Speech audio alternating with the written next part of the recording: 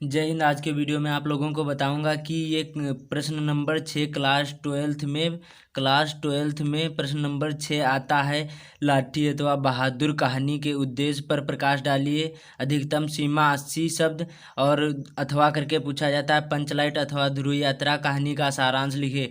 आप लोगों को इस प्रकार का प्रश्न नंबर 6 पूछा जाएगा। क्लास 12th में हिंदी हो या सामान्य हिंदी हो, सभी में पूछा जाता है। 5 नंबर का आता है। आज के वीडियो में आप लोगों को बताऊंगा कि बहादुर कहानी का सारांश पर प्रकाश कैसे डालें या उद्देश्य कैसे लिखें। आज के वीडियो में इसी पर टॉपिक पर बात करूंगा। अच्छे से बताऊंगा कितना लिखना है आपको। 80 शब्द सीमा होनी चाहिए और इस प्रकार से लिखना है। लाठी अथवा बहादुर कहानी का के उद्देश्य पर प्रकाश डालिए, अथवा पंचलाइट अथवा ध्रुव यात्रा कहानी का सारांश लिखिए। ये चारों पूछी जाएंगी, लेकिन आप लोगों को केवल एक ही लिखना है। अथवा करके सभी हैं, देख लो, ये भी अथवा है, ये भी अथवा है और ये भी अथवा है। इसमें केवल एक ही लिखना है, चाहे चारों दे दी जाएंगी, इसलिए केवल एक ही याद करना है। अच्छी तरीके से बताऊंगा, आप लोग याद कर लें। इसी से ही बहादुर ही कहानी का सारांश बहुत ही अच्छे से समझाऊंगा। केवल वीडियो में लास्ट तक बने रहिए। सबसे पहले आप लोगों को लिखना है प्रश्नोत्तर नंबर 6। प्रश्नोत्तर स्केच से लिखना है या मार्कर से लिखना है। प्रश्नोत्तर नंबर 6 इस प्रकार से आप लोगों को लिखना है, ऐसे, और लाइन पटरी से स्केल से खींच देना है। उसके बाद में यहाँ पर लिखना है, जैसे आप लोग चाहे बहादुर कहानी लिखें या फिर बहादुर कहानी या लाठी कहानी या फिर ध्रुव यात्रा, कोई भी लिखें। मैं बहादुर का बताऊंगा, इसलिए बहादुर, ऐसे बहादुर लिखना है इसके से अच्छी तरीके से। बहादुर कहानी का सारांश, बहादुर कहानी का सारांश ऐसे लिखना है और इसको भी अंडरलाइन कर देना अच्छी तरीके से। इतना लिखने के बाद अब यहाँ पर भी उत्तर ऐसे लिखेंगे, उत्तर नंबर 6 इस तरह से लिखने के बाद अब बताऊंगा किस प्रकार से आप लोगों को याद करना है। इसको अच्छी तरीके से आप लोग पढ़ें। बहादुर ये 2011, 12, 14, 15, 16, 17, 18, 19, 20 हर साल एग्जाम में पूछा जाता है। सबसे पहले आप लोग देख लें, इसको केवल सुन ले, अच्छी तरीके से याद हो जाएगा। अमरकांत जी द्वारा लिखी कहानी बहादुर एक मध्यवर्गीय परिवार में नौकर के साथ परिवारजनों द्वारा किए गए आध्यात्मिक कटु व्यवहार की कहानी है। ये जो अमरकांत द्वारा लिखी गई कहानी बहादुर है, ये एक मध्य वर्गीय परिवार में जो नौकर है, नौकर के साथ परिवारजनों द्वारा किए गए अत्यधिक कटु व्यवहार की कहानी है। मतलब जो मध्यवर्गीय परिवार का जो नौकर था, उसके जो परिवारजन में जो थे, उसको ही कटु व्यवहार की कहानी प्रस्तुत की है अमरकांत जी ने। लेखक ने स्वयं को कहानी का पात्र बनाते हुए कहानी की आत्मकथात्मक रूप में रचना की है। आप लोग अब यहाँ से लिखना, इस प्रकार से लिखना। उसके बाद में आगे देखते हैं। अपने से संपन्न रिश्तेदारों के घर नौकर द्वारा जुटाई सुविधा एवं शान को देखकर लेखक की पत्नी निर्मला स्वयं भी एक नौकर रखना चाहती है।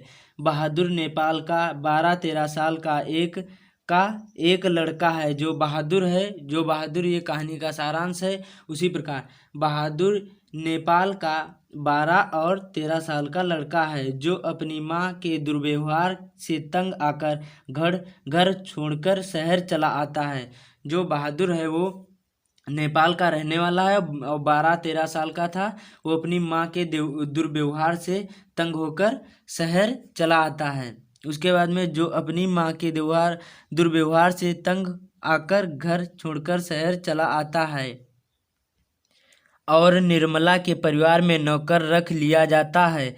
निर्मला और उसका परिवार बहादुर के प्रति पहले तो अच्छा व्यवहार करते हैं। जो बहादुर नौकर है अपनी माँ से तंग आकर शहर चला आता है, उसके जो परिवार में रख लेती हैं निर्मला, और रिश्तेदार मतलब जो निर्मला के परिवार में नौकर रख लिया जाता है। निर्मला और उसका परिवार बहादुर के प्रति पहले तो अच्छा व्यवहार करते हैं।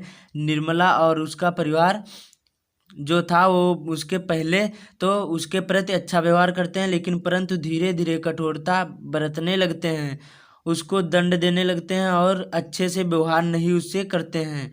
वह घर का सारा कार्य करता है, इसके बावजूद उसके साथ गाली गलौज से मारपीट तक की नौबत आ जाती है।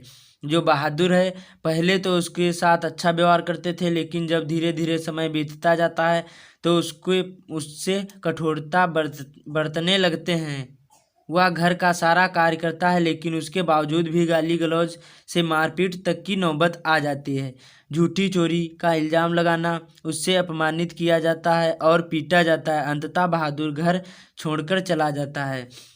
जो बहादुर था उसको पहले तो अच्छा व्यवहार करते, लेकिन धीरे धीरे समय बीतता है और कठोरता बरतने लगते हैं और घर का सारा कार्य भी करता है, लेकिन उसके बावजूद भी गाली गलौज और मारपीट की नौबत आ जाती है और झूठी चोरी का इल्ज़ाम लगाते हैं। उससे अपमानित होकर जो बहादुर है वो घर छोड़कर चला जाता है। अब परिवार के सभी सदस्य उसे ढूंढते हैं, लेकिन क्योंकि उसके कारण सब आराम के आदी हो चुके थे।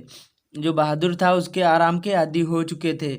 बहादुर की उपयोगिता देखकर सभी आप अब अपना घरेलू कार्य करने से घबराते हैं और बहादुर के घर छोड़ जाने पर वे सभी पश्चाताप करते हैं तथा अच्छा व्यवहार करने की सोचते हैं, परंतु अब पछताए होत क्या जब चिड़िया चुग गई खेत। इस टॉपिक को आपको अच्छी तरीके से याद करना है, यही मेन टॉपिक है। परंतु अब पछताए होत क्या जब चिड़िया चुग गई खेत, इसको अंडरलाइन काले पेन से करना है।